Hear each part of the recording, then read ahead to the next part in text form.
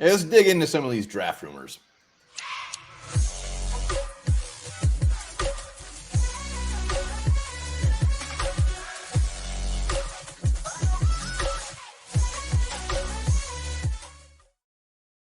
All right, welcome back to the Onebar and Lupagus show. I am Onebar with Lupagus. Draft rumors are swirling all over the place. Well, the draft is just a pube over 48 hours away. So, yes, rumors are going to be flying. Scuttlebutts going to be tossed everywhere as teams try to create smoke screens so other teams don't know what the hell they're going to do. Yeah, but we're going to dive into them because a lot of these actually will affect the Minnesota Vikings if they are true, if there's any smoke to it. But before we get into that, remember, subscribe to the channel, like the videos. Let's get to 7,000. And I screwed up. Fan video, I left out one of the best ones, and I got called out on it, so we're putting it out there right now. You did. It happened. Hey guys, it's Adam from Budapest, Hungary. In my opinion, and I hope that this will happen, the Minnesota Vikings will select Devontae Wyatt, defensive tackle from Georgia. Skol. Devontae Wyatt. Adam, well done. Again, sorry, man. I really messed up. Best part is when he lowers the helmet. Yeah, and he picked a player that nobody else had slated to him, which is very possible. It is. No matter what you feel with Devontae Wyatt, he's definitely in play for the Vikings. All right, so let's talk about some of these rumors. You mentioned already, some of these don't directly involve the Minnesota Vikings, but they all affect the Vikings in one way or another. Yeah, let's start off with obviously the biggest one, the one that we're hearing more and more of, and that is Travon Walker going number 1. What the hell? Gross. Yeah, to me, this is a huge mistake by the Jaguars if they actually do this. Supposedly, I don't know how true this is. Trent Baalke wants Walker. The owner wants Hutchinson. I don't know what's going on there, what to believe, but to me, you got very similar athletes. Yeah, Walker's a better athlete, but the production, Hutchinson blows him out of the water. So to me, Hutchinson's an easy choice. So again, if it happens, I'm all for it because it's just going to push one more guy down the board toward the Vikings. Yeah, and who knows? Walker could be the next coming of Lawrence Taylor. We have no idea. Maybe they see something nobody else does. Well, apparently a lot of people do because a lot of people really like Travon Walker. Yeah, we're the idiots. Let's look at another edge rusher rising to the top. Mr. Jermaine Johnson seemed everybody's saying he's a lock to go number 5 or in the top 5, and the Jets absolutely love this guy. Hey, when I did my Sauce Gardner video, I did a mock how he could fall to us, and part of that was Jermaine Johnson going forward to the Jets. It just keeps pushing guys down. So anybody who's thinking Sauce is a long shot, that still could be in play. If Stingley, for some reason, the team likes him because 4 edge rushers go off the board in a row, and then you start hitting those tackles. So yeah, this definitely would be great for the Vikings if the first 4 picks were edge rushers. One of the corners getting to 12 is a strong possibility. Yeah, I'm fairly convinced that Johnson's definitely going to go before the Vikings, so that's going to be a win-win right there. Some guys that appear that will not go before the Vikings are a couple of guys draft stock that is falling. Some say falling out of round 1. George Karlaftis, Tyler Linderbaum, and Nakobe Dean.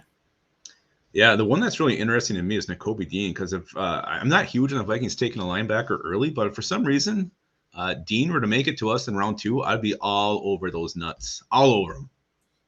Yeah, he's one of those guys who just put it out there. It was someone really good that said, you always hear, you don't trust the tape, or you can't just go off the tape. You can't go off tape, but for this guy, you have to go off the tape. He's really that good. So Karlaftis was the one that surprised me the most. I'm surprised I can't see him falling out of round 1. Well, it's not even – edge rusher is such a premier position, and there's not really been any news about Karlaftis, good or bad. He's just kind of this guy who's just sitting there, and no one's really talking about him. But I think, this rumor coming out, if it's true or not, I mean, maybe anybody worried about him going 12, the Vikings can feel a little bit better. Linderbaum's not surprising to see this. His stock's kind of been on a steady decline the last month. His undersized, his short arms, another athletic center. So to me, that's not surprising to see him fall toward the end of the first round. Tom Pelissero putting out a tweet today that I thought was very interesting. It says some teams have fewer than 15 players with a first-round grade in this draft. So expect to see some surprises. Basically, he's kind of saying what we're seeing a lot of, that this draft class kind of sucks. It does. I mean, that's kind of been the consensus from day one with this group. Who knows? You can still find good players. It's just not top-heavy. Yeah, not top-heavy, but They'll be reflected too. You may not see a lot of trade. I mean, everybody wants to trade down, but if this group as a whole doesn't have 15 players that are first round prospects, there's probably not going to be a shit ton of trades here. Well, and that's the other thing. Schefter just tweeting out saying that everybody wants to trade back. Nobody wants to trade up. Nobody wants to trade up this year. Everybody is looking to trade back. And obviously the issue is nobody wants to trade up. So it could be very interesting after you get past those first handful of picks, what happens. You can't trade with yourself. You got to have a partner. So someone definitely is going to have to kind of move. Maybe if there only is 15 first round players, maybe that does mean there's more trades. If we got to get one of these quality guys in this class. I don't know. We'll see what happens. But you look at it, sometimes these classes that aren't looked at as being very good end up having a lot of very good players in them. So still, it's very early to judge. Falcons looking to possibly trade back into round 1 for a quarterback, which I'm seeing there. It seems the consensus is 3 quarterbacks are going in round 1. That has kind of been the assumption, and why this is good for the Vikings. It just, it'll push one more player down to them in round 2, because Falcons jump up to get a quarterback. I mean, maybe another corner falls, maybe one of the safeties falls, maybe a Travis Jones slips down one more spot. This keeps happening. Vikings could find a really sweet prospect waiting for them at what is that pick 46, 47? 46, Alfred Anderson, hell of a running back, number 46. Couple more quickies.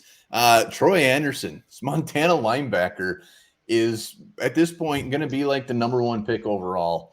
The dude's stock they're saying he's just a solidified round 2 pick now, former quarterback turned linebacker, a la Chaz Surratt. So that's pretty crazy. That guy flew up the charts. Well, if I was him, I would not want to be compared to Chaz Surratt, but I think it's Ellis Gregor, one of our boys, has always been over Troy Anderson since day one. It's the speed, the athleticism. And I think, if there's really this consensus on 15 guys who are first-round talents, round 2 and round 3 could be absolutely nuts as far as, guys we think are going to go round 6 and 7. Maybe other teams have, very, very high grades on these guys. And people in this draft, if it's really like that, maybe they're taking a lot more big swings, hoping just to hit on somebody.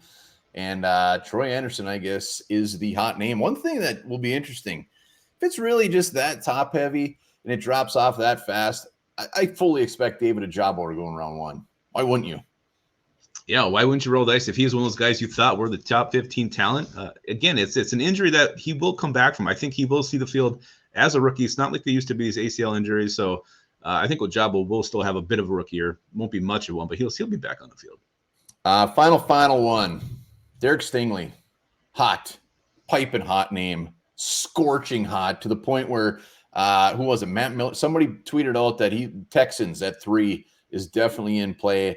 And surefire, like top 6 pick. Derek Stingley is just one of the hottest names right now. Yeah, you hate to hear that if you're already picturing Stingley in purple. If you already ordered his jersey like I did. Not great news, but again, could be just teams trying to create buzz, create smoke. I'm hoping that's all it is, because this one makes me sick. Stingley's the guy I want. I decided this about a month ago. He's the option at 12. And hearing he might go in the top 3 is not what I want to hear 2 days out from the draft. I'm actually fully expecting Derek Stingley to be gone quite a bit earlier than the Vikings, at least lowering the blow. But I don't have Stingley on the board at all. If he's gone well before 12, that'll make me feel a lot better. If it's 10 or 11, then I'm going to be real pissed. All right, those are the latest draft rumblings. Let us know in the comments what rumblings you're hearing, which rumblings you're buying into, and how good Adam's fan draft video was. Yes, it should have been right in the mix for the best one. All right. Also, let us know what you're feeling about this. There are 9 known species of sharks that are able to walk.